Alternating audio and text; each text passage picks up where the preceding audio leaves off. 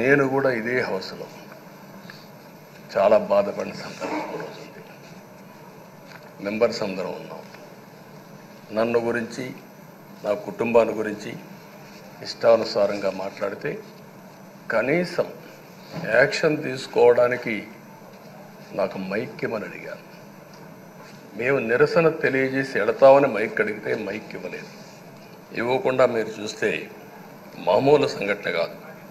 ఆ రోజు నేను ఒక మాట చెప్పాను, ఇది గౌరవ సభ కాదు, మీరు నాకు మైక్ కూడా ఇవ్వడం లేదు, మైక్ ఇవ్వకపోయినా నేను స్టేట్మెంట్ ఇవ్వాలి కాబట్టి ఇచ్చెడతాను రికార్డు కోసం అని చెప్పి గట్టిగా లేచి ఇదే సీట్లో కూర్చొని ఆ రోజు నేను చెప్పింది అదే వర్డ్స్ మీకు రిపీట్ చేస్తున్నాను.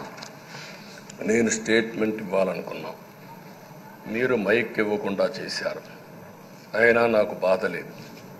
మళ్ళీ చెప్తున్నా, ముఖ్యమంత్రిగానే ఈ హౌస్కు వస్తాను తప్ప అదర్వైజ్ రాజకీయాలు అవసరం లేదు. ఈ వీడియో కానీ మీకు నచ్చినట్లయితే లైక్, కామెంట్, షేర్ చేయండి. మరిన్ని అప్డేట్స్ కోసం సబ్స్క్రైబ్ చేయండి.